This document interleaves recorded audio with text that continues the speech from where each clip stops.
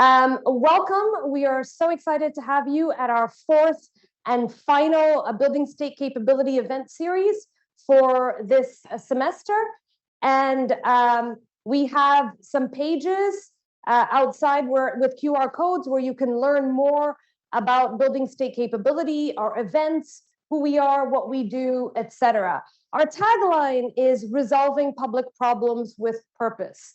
So you can imagine my delight when I picked up this book, Results, earlier. I think I heard it on NPR that Governor Baker had written a book about results. And I thought, that's interesting. And so I looked it up and I was like, this actually sounds very interesting. I'm going to buy it. I bought it. I actually took it on vacation to Europe. I kid you not. And I read the entire thing and it was like music to my ears, because here was a group of people we'd never met. In the state that we live in, building state capability has been around for more than a decade. We'd never met each other so close and had such similar approaches to doing implementation and solving complex public problems. So we're delighted to have Steve here today. I'm just going to read a little bit of bio of Steve. Steve Kadish has been a senior research fellow at the Taubman Center for State and Local Government here at HKS for 5 years. And previously, he served as the Massachusetts Governor Charlie Baker's first chief of staff, where he helped shape and implement policy and operational improvements in key state agencies, working with the governor's cabinet, Massachusetts state legislature, and the external stakeholders. Steve and Governor Baker have co-authored this book, Results, Getting Beyond Politics, Important Work Done, A Leader's Guide to Executing Change and Delivering Results. It was published in May 2022.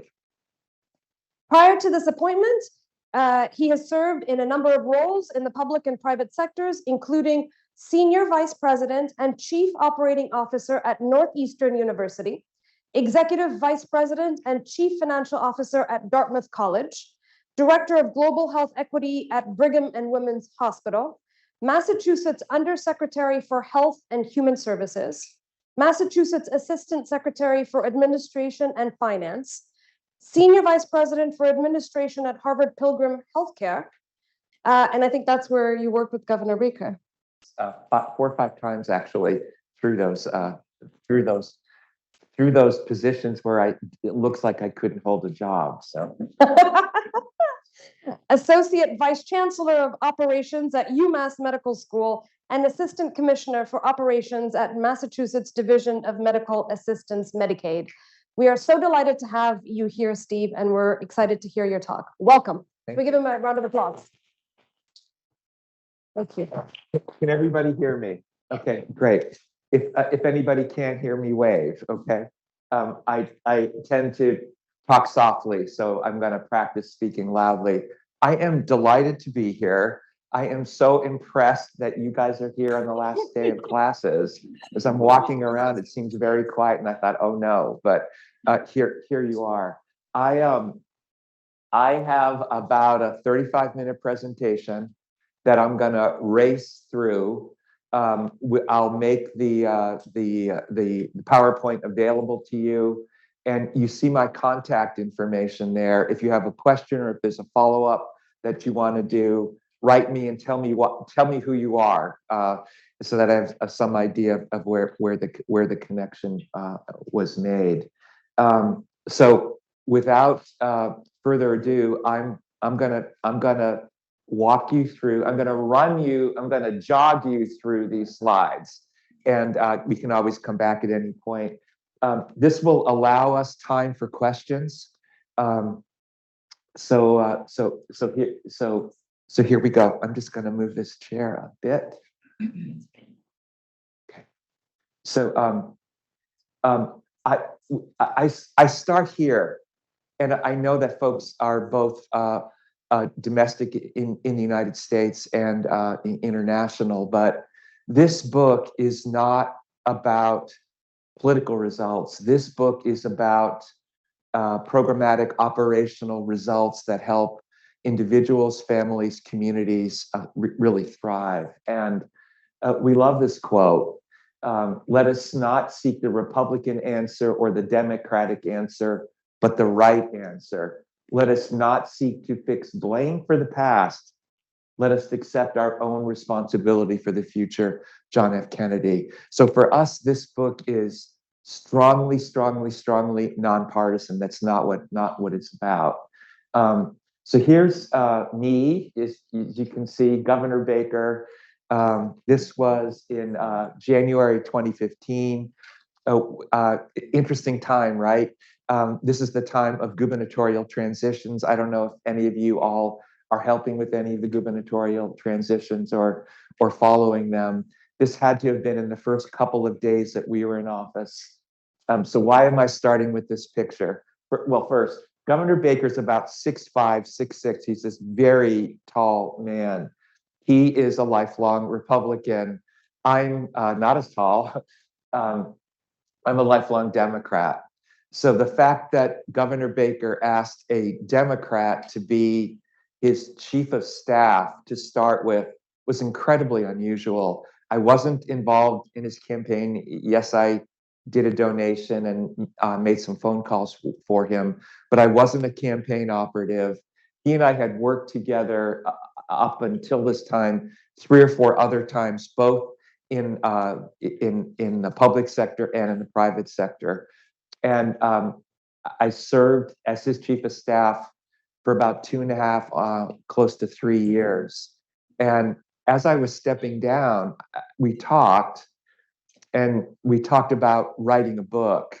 And we wanted to write a book about how we had approached things. And we had shared other books, other monographs, other articles over a 30-year period about how to do things.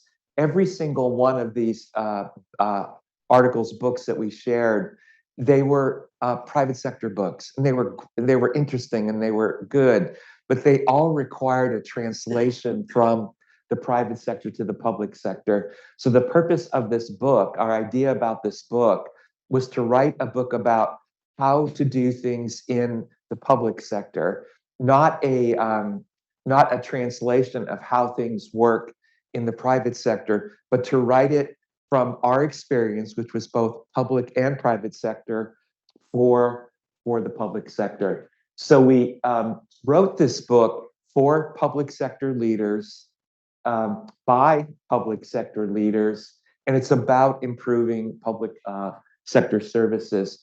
The book started off as a book about how, and it fundamentally is a book about how to accomplish things. When the January 6th riots occurred in Washington, D.C., we actually asked ourselves, did the book make sense anymore?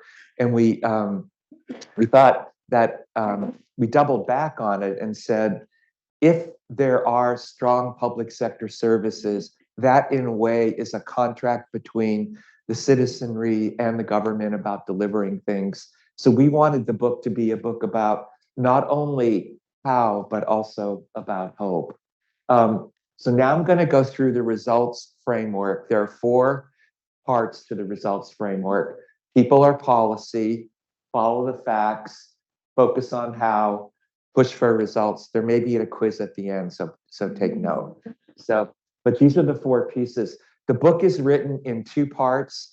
The first part of the book takes each one of these major precepts, describes what they're about, uses some examples, and then we have tips, tools, and tactics throughout, and I grab a couple of them here. The second part of the book is our 4 case studies.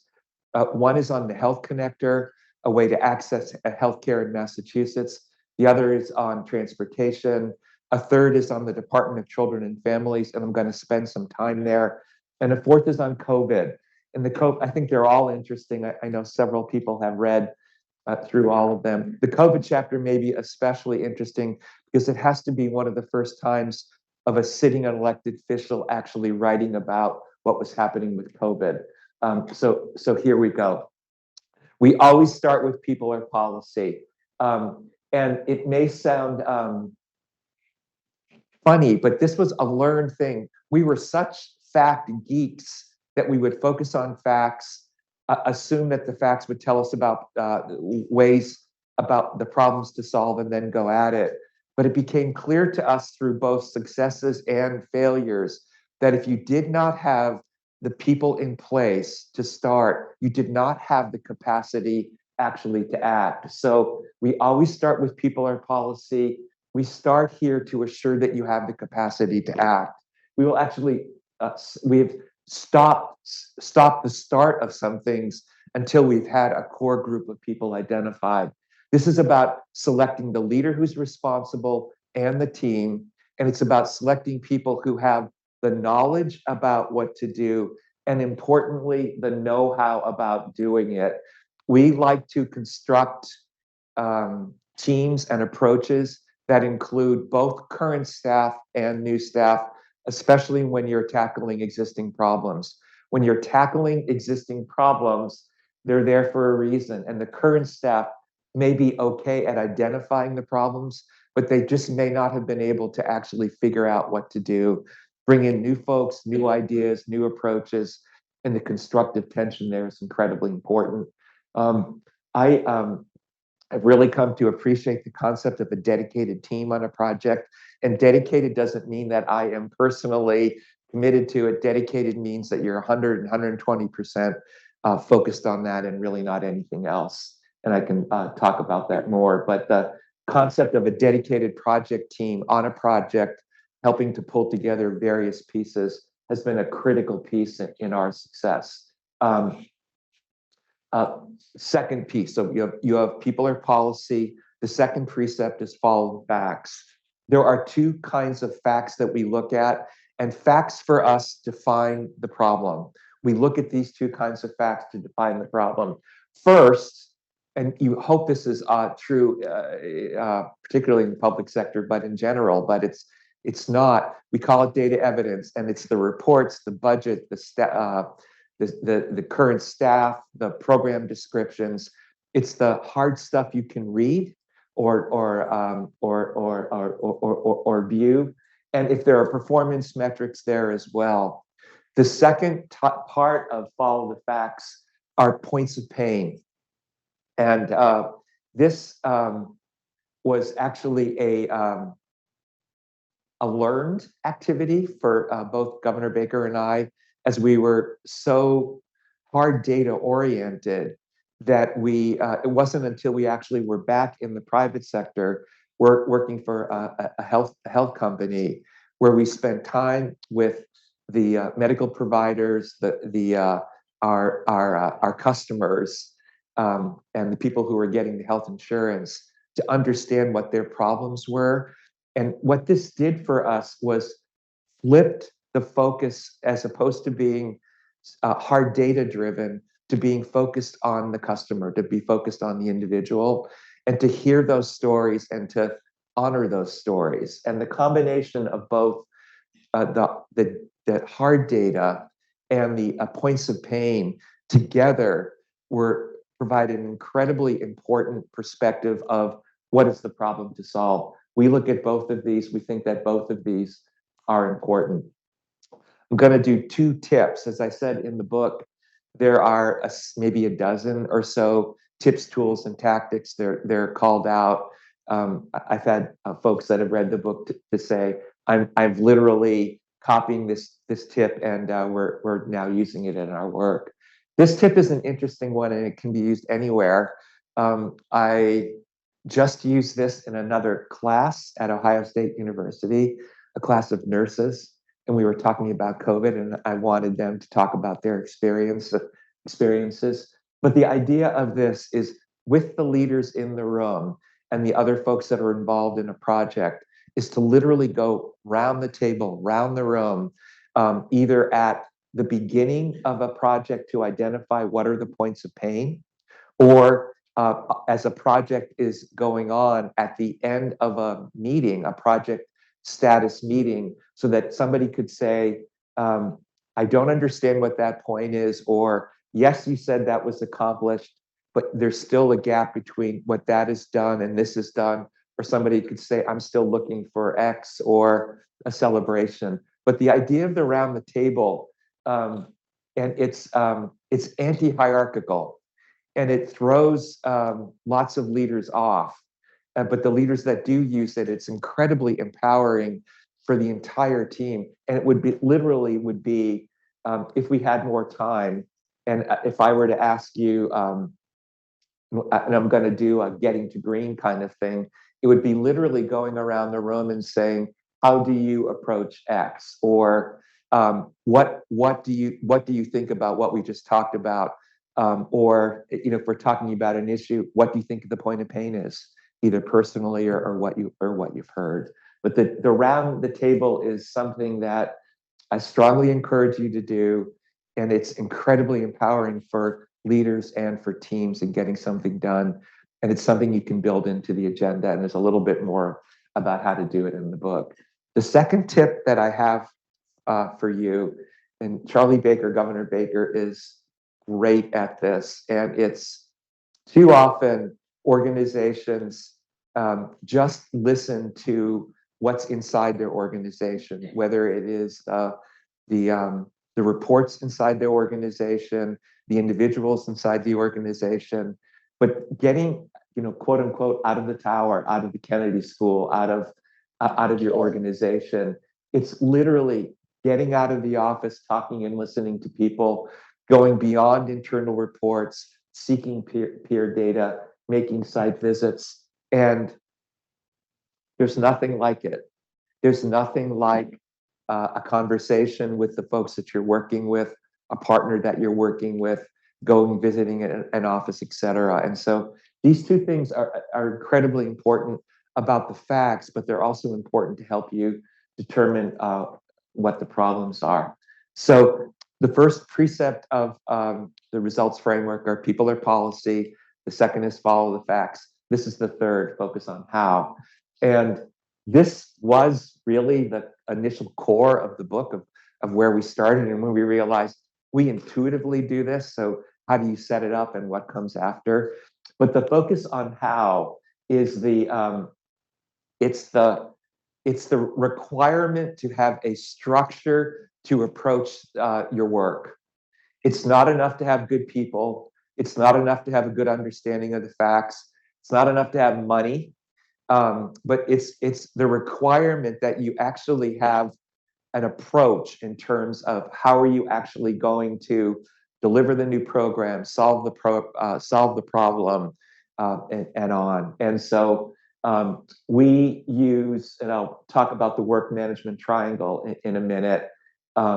We always now, when we're tackling a major issue, is create some kind of dedicated team. I've been focused on project management in a variety of forms. I'm a big believer in that. There's a variety of ways to do that. I'm going to talk a little bit about Agile Scrum, and particularly a daily Scrum. If you're not familiar with it, you find it an interesting tool. And I'll end here with the focus on how. It's not enough for a good team to be working on something. It's so important for that team to have regular reports into the leadership. In crisis situations, I've been involved in regular reporting where there were 4 times a day where there was reporting, sometimes twice a day, more often once a day or once. If it's less than once a week, you're not moving urgently enough. And the reason you have these leadership reviews is not only to quickly do project status update in terms of what's going on, but importantly, it's to describe where you might things might not be going well, where you've hit a roadblock and what needs to be done. And the idea of these leadership reviews is to engage the leadership to, as quickly as possible, make decisions to move these things along. So there are 2 parts of focus on how, the what to do, and that is often where, honestly, a lot of the Kennedy School and a lot of government gets stuck, or no one gets stuck, they stop. It's the announcement, it's the drafting of a law, it's the budget, it's all really, really important stuff, but the work is not completed until you focus on the how to do it. You need both. And we emphasize both what to do, because that provides the guidance, and the how to do it. And I hope these diagrams work, but my thought here is that too often politicians, government sector focuses on the what and on the announcement and the budget and the law and so forth. And if you were to diagram that, a little bit on the why, some on the what, and then a little bit on the how, and that's a diamond shape. And you could easily tip that over, and too often it does tip over. But if you build your work on a foundation of a strong why, and this is a lot of the PDIA piece, which I think Salima can speak to, but what building state capacity can speak to, a strong what, but most of your energy, resources, intelligence is on the how, you're going to stand the best chance of succeeding. So there's something in project management work or in your work, which you probably do intuitively, but we call it out. We call it the work management triangle. And there's three pieces to this: scope, what are you trying to do, time, and then resources. Now, I approached the work management triangle for a couple of decades plus, focused on scope. And I would spend all this time developing what the problems were and incredibly detailed plans about how to resolve them that almost always took a year or 2 or 3 years. And I thought I was okay, pretty good at it. My success rate was maybe 50-50. Coming into this administration 8 years ago now, we decided to flip and approach things in an agile Scrum way, and we started to focus on time as the first thing, and then what could you get done within that period of time. So it's flipping the work management triangle on its head, and starting with time. In some cases, Governor Baker would say, you've got 2 weeks to do this, or you have 45 days to do this. It was so energizing. It broke through a whole bunch of crap, actually, in terms of getting things done. It really helped things help people focus. And it wasn't to say that you were getting a year's worth or 2 or 3 years worth of work done in that 45-day period. It was the start of a series of releases, but you were getting the most important thing done to solve the problem and starting to make progress. So this is a really important concept that I would like to stress with you. One is people, another is the dedicated project team, and this idea of leadership reviews, and then starting with time. So I've been alluding to this concept of a release. Now, our phones, right? They have releases. Our laptops, they have releases. Technology uses releases. All releases have bugs, but they have dates when there's a new set of functions and they go out. We started to approach our work in a series of releases, time-based, most typically 6 to 12 weeks, depending upon what was going on, a couple times just in 2-week periods, and then did a project management approach. You can see here some of the things that we did that were important in terms of breaking the work and the work problem down into work streams, and then within the work streams having dedicated teams to those work streams, and that they had deliverables that they needed to get done during a certain period of time. Very powerful. Another way to use time as an urgent tool. So this is the last element of the framework. So you have people or policy, right? Then follow the facts, then focus on how, then push for results. And push for results is about actual measurement of performance. I love this quote from John Wooden, who was a famous college basketball coach in the 60s or 70s here in the United States. Never mistake activity for achievement. Your emails, your texts, your messages, your meetings, that isn't the same thing as actually getting things done. And so we focus on performance metrics, and we focus on a red, yellow, green in terms of project status. I'm going to talk about why we, not just distrust averages. Whenever somebody says the average is X, we almost always roll our eyes and then go at it. I talked about the importance of discussing things in leadership reviews. And then this last point is the most important point besides actual measurement of the performance metrics. It's measure, see what's there, honestly and objectively evaluate it, make adjustments, and then do it again. And so the idea that a budget, a law, a program rollout is perfect when it rolls out is a crazy notion. But that's how I thought, and it's typical for how the public thinks, and I think many leaders and managers think. But the power of acknowledging that, get it started, tackle it, measure the results, and be honest about the adjustments that need to be made is very powerful. So we use a green, yellow, red methodology over and over again. Green means that the deliverable is going to happen on time. Yellow means that the team thinks that they're going to hit the deliverable on the date, but there are issues and they're flagging the yellow. And red means that there's no way that they're going to be able to accomplish the deliverable by the date set.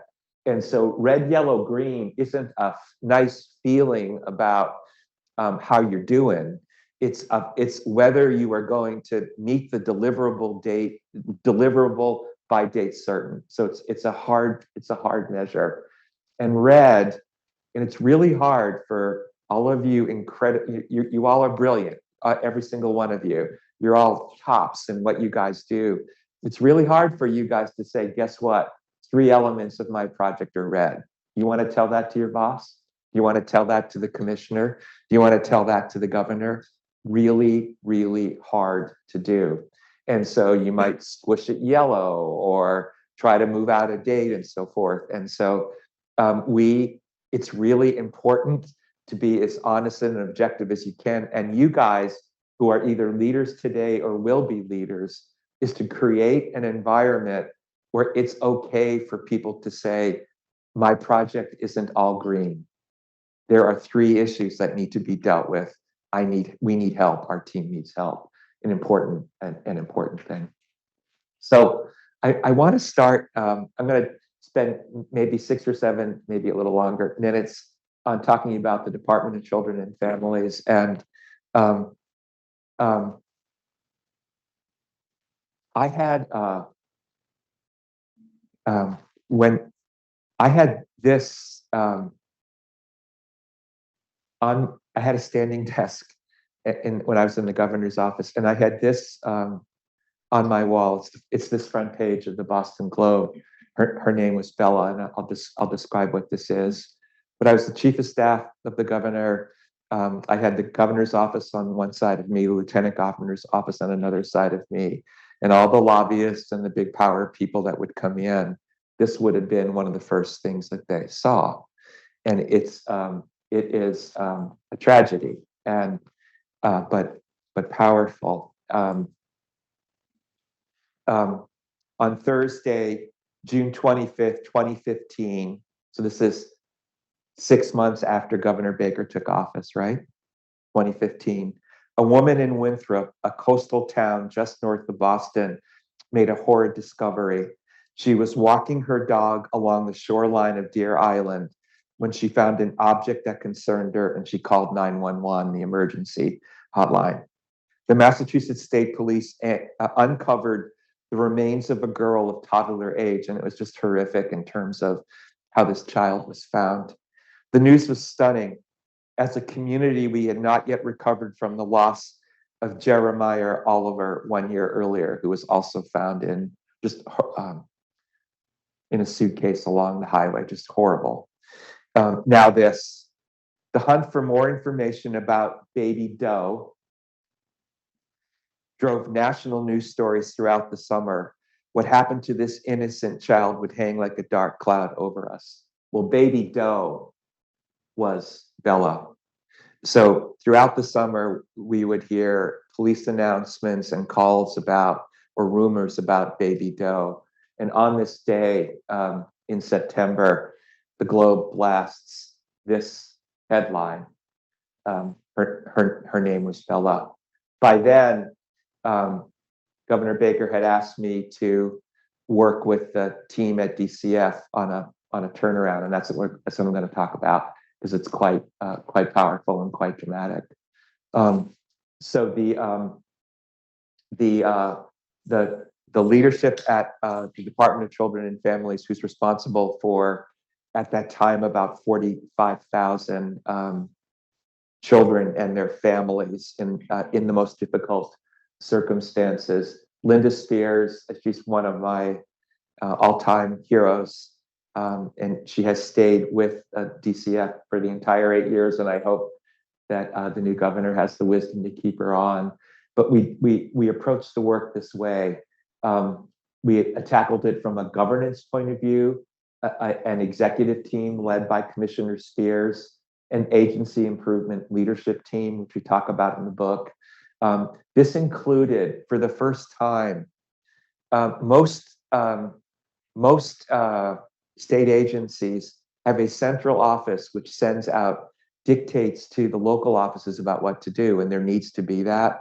This was the first time in people's memory that there was a turnaround effort at the agency that included both the central office leadership and the local office and regional leadership, a dedicated project team, a release-based project method, Agile Scrum, which I'll get to, getting to green, which I'll get to, project management updates, and then these 5 work streams, and then there were regular leadership reviews. We started 3 times a week and then went to twice a week. And one of the things that was interesting, after almost every single one, at the end of almost every single one of our leadership reviews, after people went through their red, yellow, green status, and we went through the metrics for each of those 5 things,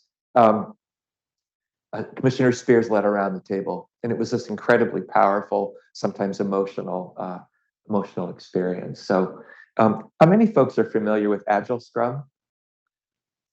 Okay, so you know what the daily Scrum is at DCF. So DCF, Department of Children and Families, they're not technical people, they're not policy people. They are social workers. They like to talk through stuff.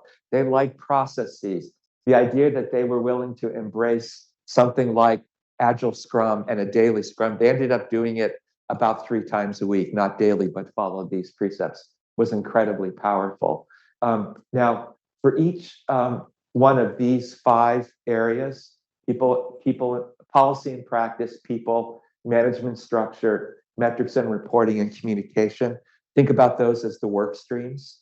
And for each of them, there was a single release date, and that we wanted to make sure that each of these got launched in a way to succeed. We called it getting to green. And so a clear objective, the scope was defined, the product backlog and sprint backlog are terms that you guys who are familiar with Agile Scrum would know about, whether there was a communications plan and whether there were metrics defined. So those 6 elements, if they were green, we thought we had a chance to succeed right at the beginning. So here's an example of the report that each one of those 5 or 6 work streams did. The objective, the scope, the sprint backlog, the product backlog, communications, and metrics. There's an example. So here's an example of, this is an agency, the Department of Children and Families, that to make a single hire would take 6 months to a year. To write a policy would take several years.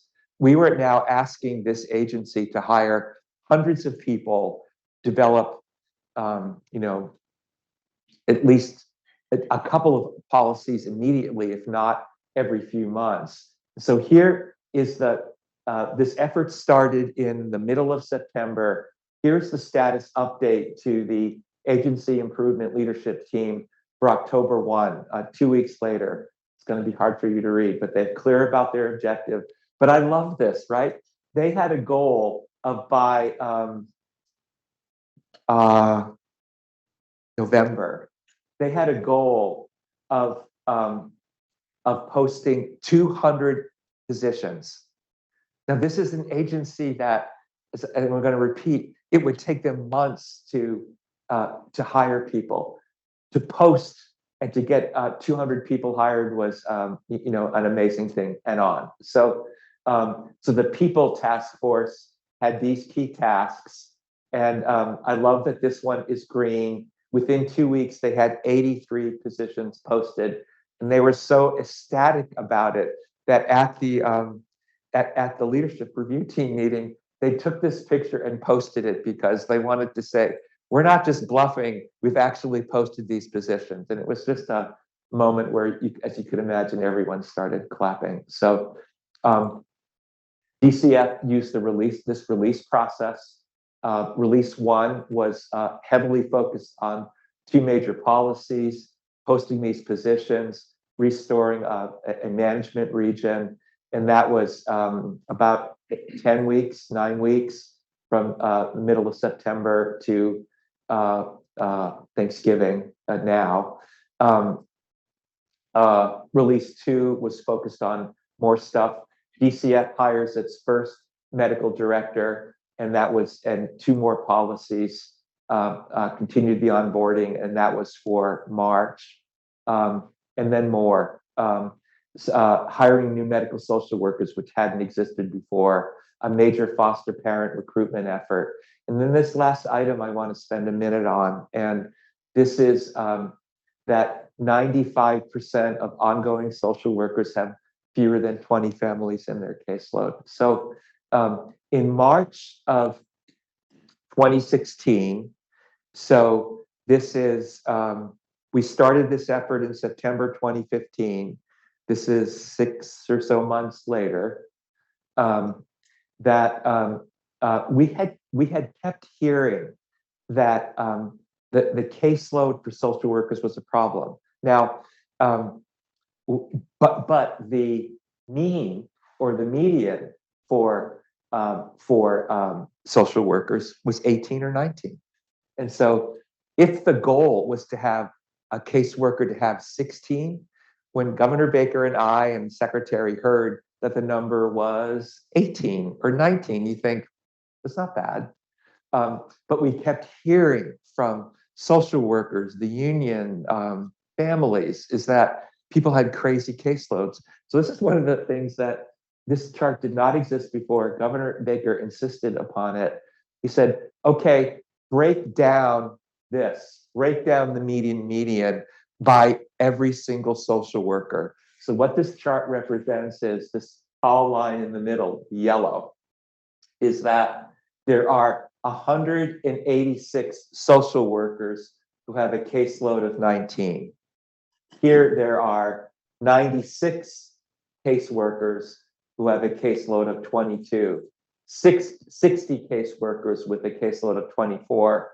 So it's green, yellow, red. So anything that was 16 or below was green, 16 to 20 was yellow. And if it was over that, that's a dangerous situation for the kids. And so what you had is 42% of the social workers with a caseload, not of more than 16, but of more than 20.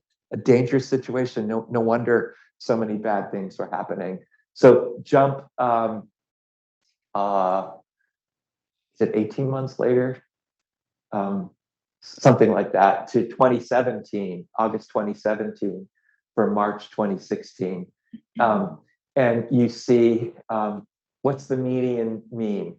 Good, right? That's what you want it. But then when you break it down again, there were only 11% of the social workers that had more than 20 cases. Dramatic improvement for the kids and for their families. I'm almost through. So this is a then and now, which we can go over, you guys can go over and take a look at in terms of what was accomplished with DCF from September 2015 to the end of December 2017. It's quite remarkable, and the work continues. But I wanted to end with a couple of quotes. This woman, Mary McGowan, is the executive director of the Massachusetts Society for the Prevention of Cruelty for Children. When there was a major incident that happened just a couple of years ago, where it looked like that the Department of Children and Families had failed to take care of a couple of children with disabilities. This was Mary's quote, and she said, "You know, this is a different agency. It's a different way, the way they work. When they say they're going to get something done, they do."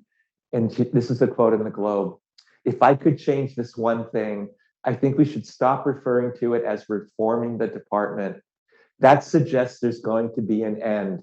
Our child welfare system needs to be continually enhanced." Now, this is true for all of our work, in terms, no matter what it is, but to have an advocate come out and say this is so important.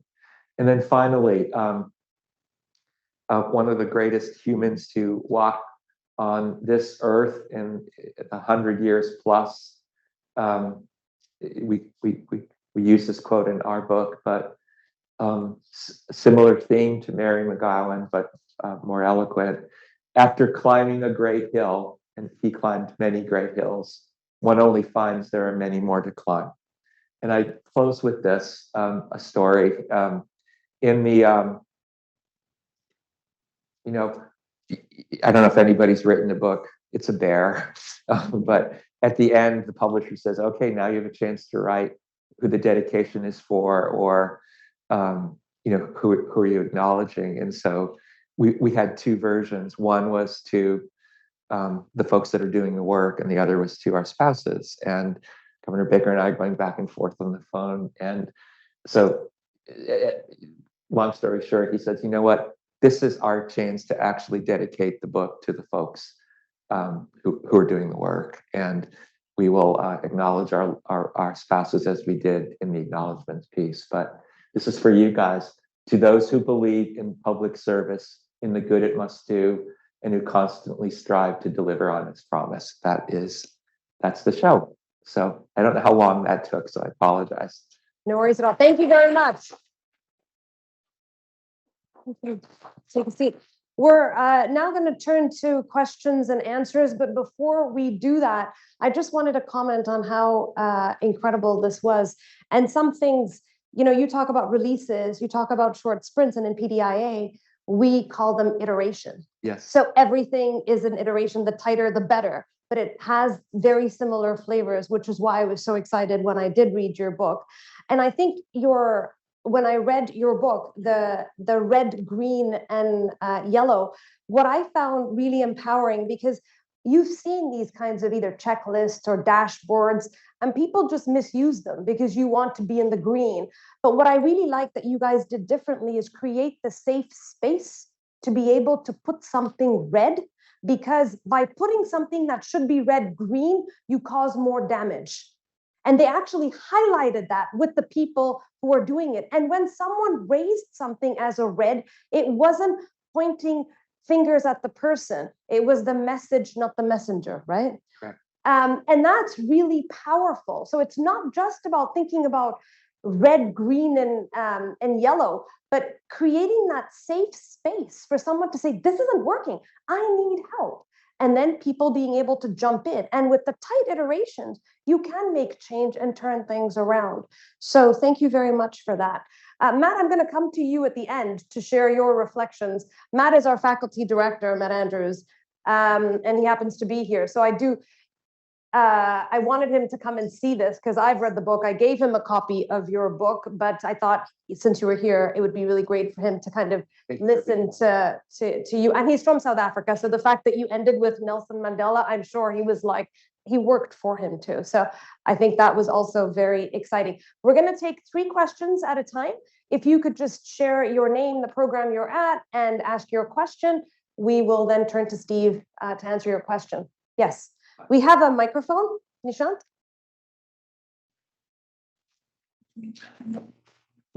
And are folks listening? Yes, and for the people who are online, virtually listening to the session, please put your questions in the webinar Q&A, and we will ask one of our colleagues to ask it on your behalf. Yes. I have a mic, but I have a mic, but I had a question. Okay. Okay. I'm Stravia. I'm an MPP1. And I was asking, so sometimes what I've noticed is the high level executives are like very keen on, implementing things like this. And like people on the bottom who are like suffering, like are keen on implementing change. But like the junior management, like are sometimes the most reluctant to implement change because they kind of like how things have been going and maybe they feel like this is sort of invading on their space. Like, did you encounter that at all in your work? And do you have any suggestions on how to deal with that, both from like the bottom up perspective and also like the top down perspective? Thank you. You could just pass the mic. Thank you. Oh, you have one. Hi, I'm Alwin. I am a second year MBA student here at HKS. My question is that I saw that you kind of like encourage us as public service officials to be in the customer's shoes when we're like assessing projects and doing stuff. Have you ever thought of doing an undercover boss style of intervention where, let's say, someone from the higher ups goes down and disguises as someone else and see whether there's complaints or not? Because if you, like, for example, let's say you or Governor Baker go down to one of your agencies, they know it's you or Governor Baker, they would probably try to like, hide some of the bad stuff or try to be nice, be polite. That's my question. Thank you. Great question. Thank you. Yes, Hi. please go ahead. Youngjung, MCMK. I've always been curious about the round the table because like one thing I'd be nervous about is groupthink, especially if the leader goes first and sharing their opinion and then others being afraid to share their like honest opinion. So it seemed like that didn't happen as much in the team. So can you say a little bit more about how you prevented groupthink and people being able to be honest? And I'm not going to do names, but for the first question, one of the most important things and it's a tip that we have, and I should have included the slide, but it's a focus on the status quo. And it's when I talk about the potholes of what can go wrong, one of the major things that I talk about is not being aware of and in a way respecting the status quo and understanding the status quo. So for any kind of change that you want to do, whether it is to move from paper to a laptop, changing a form, having one system connect to another system, changing a vendor, changing a schedule, you have to tackle what the status quo is and be aware of that. And that is, and there's a combination of, honor but don't let it be like gravity and just pull you down, but it's an awareness so that you can tackle things from where people are and then work with them to where they need to go.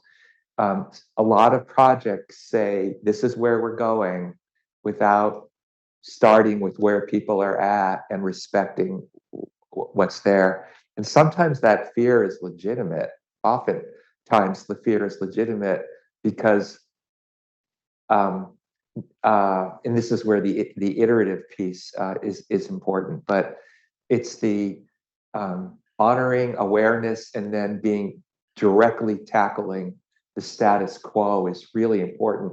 And if you don't do that, you're going to hit the kinds of situations, whether you're at a leadership level, a mid-level, or at a service level. On the undercover boss idea, that could be a fun, geeky, public service TV show. We've never done it. The closest we came was at the Registry of Motor Vehicles, where we had folks just normally dressed go and literally time how long it took for certain things to be done. And how the offices worked. And we did that in 3 or 4 different places. And as a result of that, completely changed how to do queuing, how you actually count time. But that was the only, and so I like your idea. I don't know that it, I don't know if Charlie Baker could never pull it off, right? But a lot of us could, but I like that idea. And then round the table, one of the important concepts of round the table is that the leader goes last. And the leader could open it up to say, okay, now I'd like to hear this. The leader goes last, and that the leader does not respond to every point. Too often in a meeting, whoever is leading the meeting feels like, Charlie's made a point and I have to respond to it. The round the table doesn't, you can capture what those things are and then address them. And sometimes when you're going around the table, other people will respond to what is said earlier. So the round the table works when the leader does not respond to every point, the leader goes last. And it's pretty cool. I just did it, I said the other night, with nurses. It was a remote class, but with nurses talking about COVID. And I was exhausted after hearing what they had gone through, but it works. I continue to use it. I've used it in some of my work at the World Bank as well, and I've used it a ton in state government. Great, thanks. Look, more questions. We're going to start with Zoom, but before we do that, one of the things that came across also in the book is this idea we might have that people don't complain to the governor. That's not true from the book. Whenever they did town halls, people would be lined up to yell and scream and tell them what was not working, especially the broadband, when you guys went out west, and then saying, why do we not have broadband? And they actually ended up fixing it because the people were just yelling at the governor and saying, what are you doing for us? So some things, I think, if you are out enough also, people will yell at you. And I think getting out of the tower is really important to make yourself accessible so that people can actually talk to you and tell you these stories. All right, we're going to do the Zoom question first. And then you can raise your hands. We have 2 questions from Joshua Valley. Coming back to the how did you sustain motivation in the teams? Joshua is a PDIA graduate from Malawi, the warm heart of Africa. The second question is regarding being aware of and respecting the status quo. Any advice on how best to deal with stretch goals? Use release dates to map the way all the way to the ultimate results? Thank you.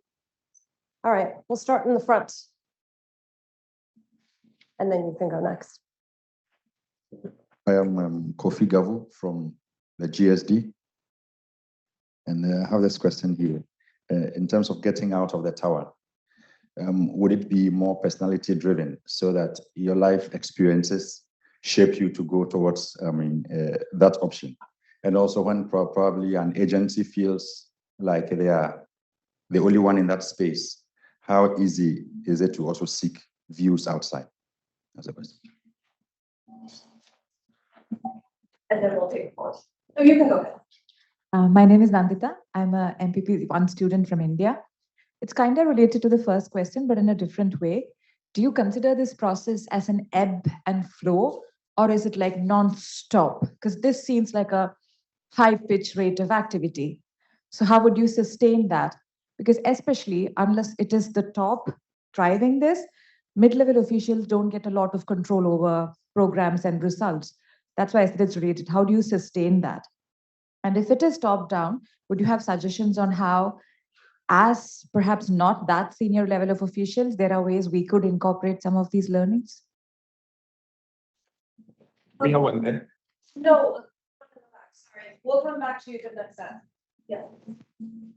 Hi, Sylvia Brody. I'm a mid-career MPA, and I have been living in Boston for the last 16 years, so really pleased to be here. My question is I'm really interested in how to create an environment where people can say that the project is in the red. And I think that is really different than what is so often the dominant culture. And so I'd love to hear more about how you made that happen.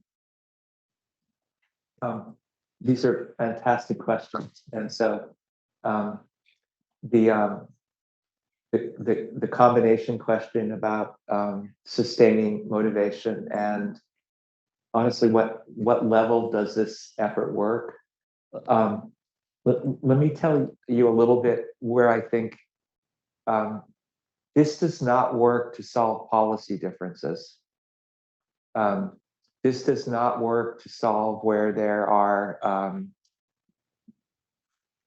irreconcilable or feels like political differences that are different than policy differences.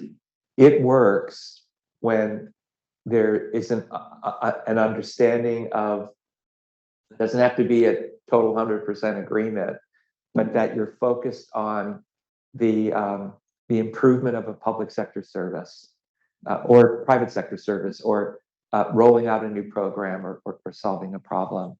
So it works best when the top leadership is imbued with the process. And you'll see in each one of the examples, Commissioner Spears at Department of Children and Families, Luis Gutierrez at the Health Connector, the leadership at the MBTA, Governor Baker and Secretary Sutters leading the COVID effort. So it works best that way. And it and then I would say it works best in Spears at DCF and at the Health Connector. Spears and Gutierrez have made this part of how they do their work. The agency does its work. The MBTA started doing some of this and some of it's fallen off. And so is that leadership? Is that culture? Is that so at COVID, fortunately the COVID experience has passed us, but the approach was taken for 2+ years. So I have experience, and I'm sure you guys have too. You can tell when the person you're working for doesn't care. When you're doing a project update or you're in a meeting, and you could smell it, you could feel it, and no matter if they're nodding their head and sort of saying the right kind of thing. And so like other processes, this works when the leadership is engaged, is asking you the questions you might not want to ask or you might not be able to answer.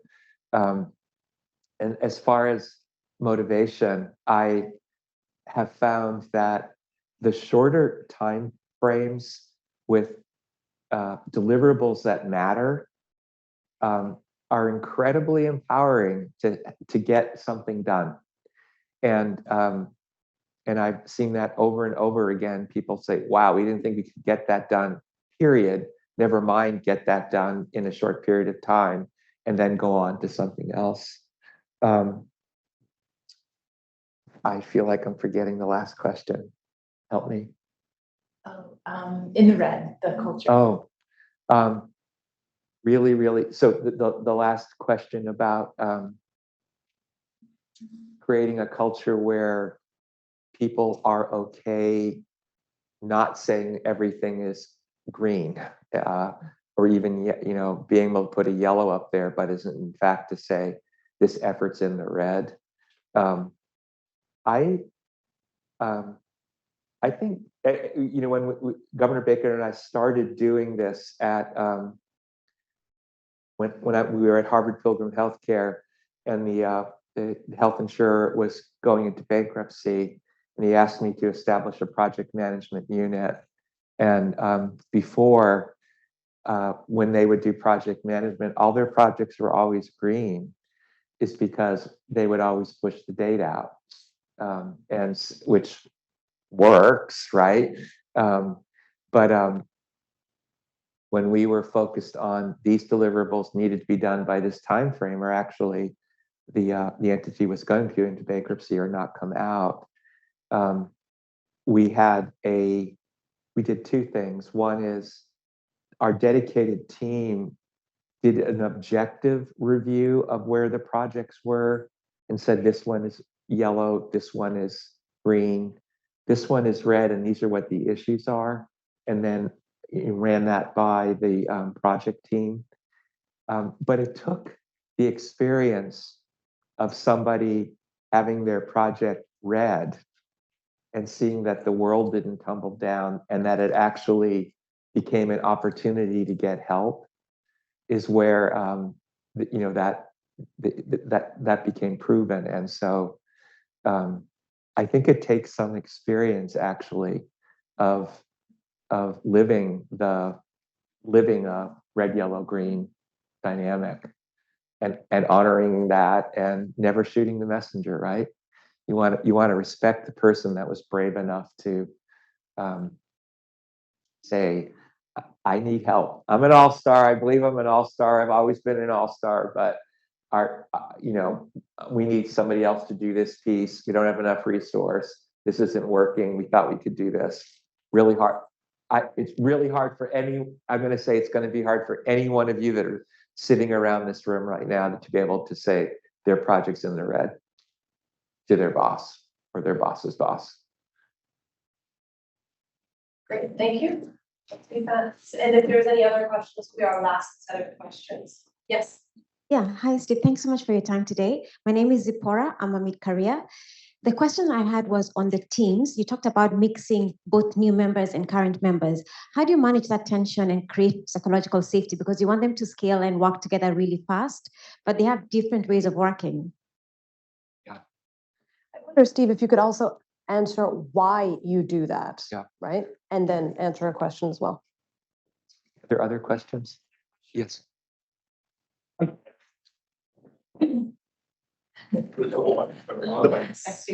you.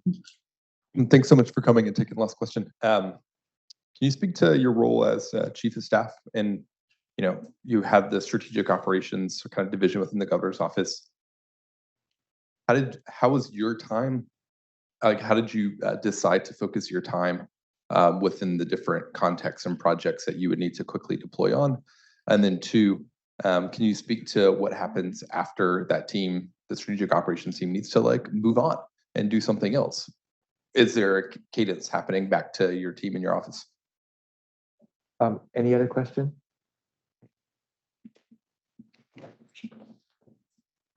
Whoops.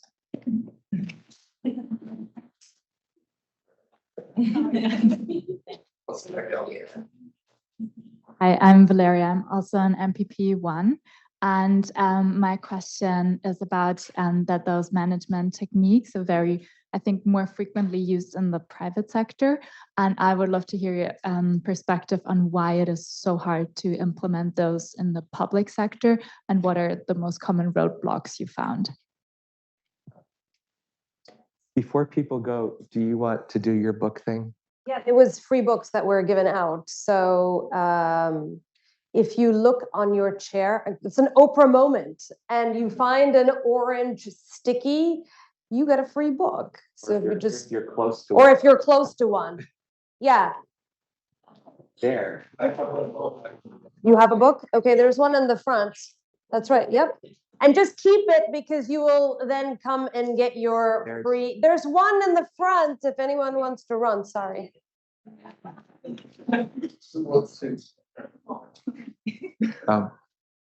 There's a book copy here. And if you run out, I have a few too. All right, Steve, you can answer the questions.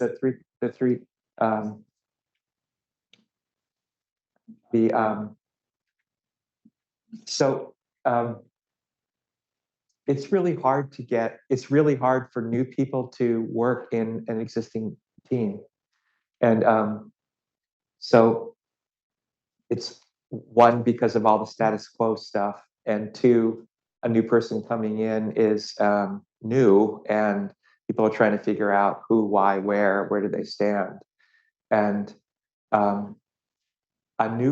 it works best when the new person is, I don't want to overuse the word humble, but is humble enough to appreciate that there are always good people in an organization, and that and how to learn from that, and that isn't a jerk,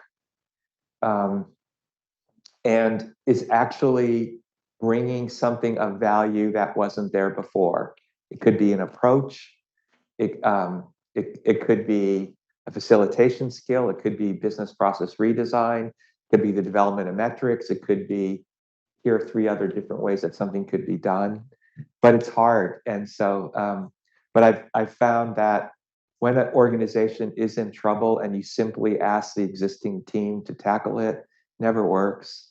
So you do need to bring in, and sometimes it's raising somebody up into a new role, and that's new for them, but it's bringing in new thinking, new ways of doing it, and often the resources themselves. I'll come back to the chief of staff question. I'll end with that one, but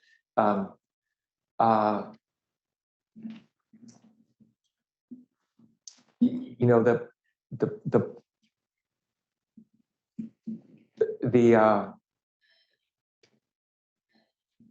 how do you know what's valued in the public sector? If you just follow the media, it's about somebody who did something wrong, or an agency that did something wrong. It's, you know, rarely a success. And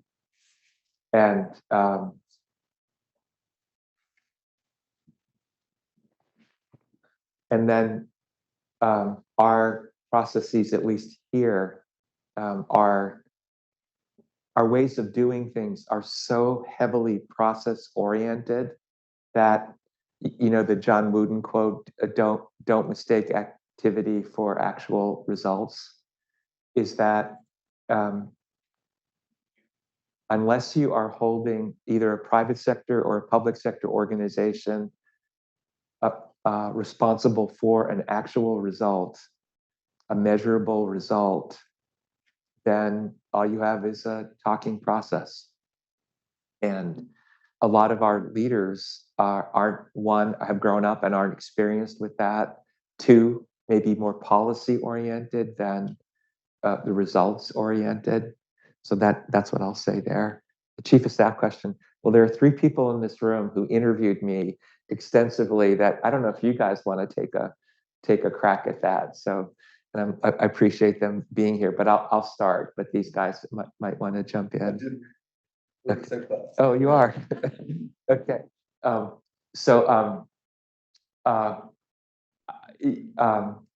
There were 2 innovations that we did at the start of the Baker-Polito administration.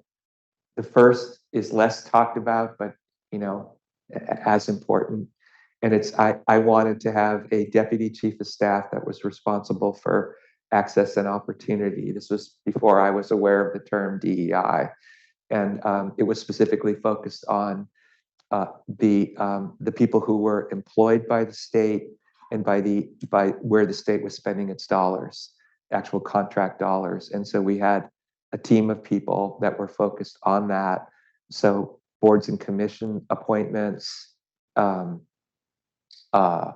figuring out, helping the state purchasing agent, figuring out how to do things, incredibly important. And that we would then have regular meetings at a cabinet level to go over where things stood, and it was an powerful thing. The second innovation was what we called the strategic operations team, and it would be like hiring you guys. My thought was I wanted to have, and if you read the paper, but for those that haven't, I wanted to not have to go out and do a bid for the, you know, the McKinseys, the Bains, the Boston Consulting Groups, other consultants, where I knew we needed their kind of expertise to get something done. I wanted to have that ability in-house and to be able to deploy it immediately and not be in an argument about the dollars and the scope and all of that. And I thought that for one 6-week, 8-week gig, I could hire 6 people full time. And so that's what we did. And it proved to be incredibly important. These were people that, like you guys, that you could go in, know how to do things, and add value immediately on stuff. And my one other thing about creating this, I didn't want these people to be there forever. I wanted them to be there for a year or two and then roll out, ideally to other state agencies, so that their methodology and their experience could be out there. So how did I divide up my time?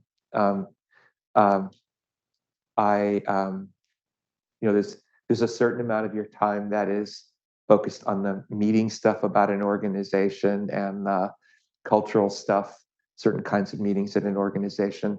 From a problem point of view, I would personally, and have a couple members of this team, focus on whatever the most critical issue was for the governor. And we started with the MBTA's failure during the snowstorms of 2015. And that I'll stop. I'm sure I'm keeping you guys way late. So yes, so thank No you for worries at staying all. late. Thank you very much. Let's give him a round of applause. And before we end, Matt, I was wondering if you could just share some words. I'll just talk. And Matt, for the people who are virtual. Okay. So firstly, Steve, thank you for coming and sharing, and even more than that, thank you for doing all this work. I always think just thanking people for doing public services any kind is something we should always remember to say. Yeah, to me, it's always startling to see how similar the things that you did here are to the things that we're doing all over the world. And what's so interesting to me is how these practices, people will say, well, they look like different. This isn't how governments work. But whenever you see results being delivered, and I really mean this, it's like, it's always this. It's always this. It's not the other stuff. The other stuff is just delivering on stuff that we know how to deliver, and we've been doing that forever, and that's where bureaucracies work. But the world is so complex right now, and all of the things that we did know how to do, we don't anymore, because we're delivering to different communities than we did before, and we're delivering to bigger communities, and we're delivering to more complex and diverse communities. So even the things I think that we knew how to do, we need to be working this way. To me, as I listen to what you're saying and all of the questions that are being asked, there's one thing that just comes down to it, is where you started. It's really all about people. And I think that if you remember that it's about people, and the processes are just about kind of mobilizing people at the end of the day. And as you say, you know when a boss gets that, and you know when they don't. You know when middle people get that. You know when people at the bottom get that. When they all realize that this is about them and the people who they serve, not just the people they serve, right? Because it's also about them. It's about them doing their jobs in a more vital way than they've ever done it before. It's about them feeling like they're making a difference like they haven't before. It's about them being on the best team that they've ever been in before. When people realize that they are people and this is all about people, I think all of those other things kind of just slot into place. We had a final class today, and I had Peter Harrington speaking to the class, and he didn't work with us all over the world. And my class were asked a similar question. They said, how do you get the people who don't want to be involved? And like, how do you get this? And how do you get, and he kind of said, there's a weird thing about like progress and momentum. It's like and he said, like, the problem in public policy is often when we spend the time tinkering with the car, then all of those debates and arguments and all that status quo stuff that allows itself to just creep in. When you just say, let's get in the car and let's just like drive to the end of the road and see what it's like. It's like people change their mind and they realize that it's that people thing. And I think feeding that people thing is the key to this. I think the one thing that we are pushing into quite a lot with the PDA work is the area of that this is very, very useful when you kind of know where you're going. and enough people agree. But this becomes harder when you have those political Yes. disagreements. Yes. We find that one of the things that we spend quite a bit of time with is the questions on the why. Yep. And the questions on the why are really kind of like, what is the problem? Why does it matter? Who does it matter to? Who does it need to matter to more? And how do we get people into that conversation? That it's almost like the first part of what you do, but spending a little bit more time on it, but actually doing it in exactly the same way. Just kind of saying, okay, we're not going to get to the what right now, but we're working on an agreement around the why. And we're just going to give ourselves 2 days to have this part of the conversation, a week for this part of the conversation, 10 days for this. And part of it is just getting the right people into the conversation, allowing the conversation to grow. And it's the same principles just on that question rather than on the what. But when people see even there that they can make progress on these political differences that they've had, or these deep-seated policy differences between agencies, because sometimes it can exist there. And they see that just going in these kind of like, these quick release activities can even help you to come to agreement with people. It's incredibly powerful. And as soon as you get this momentum, I think, you almost don't have any problems anymore. It almost just resolves itself. So yeah, very powerful. Thank you very much for everything. Great. Thank you, Matt. And with that, we're going to end our Zoom. Thank you for all the people who are online and have actually been here to watch this presentation. We really appreciate it. Another final round of applause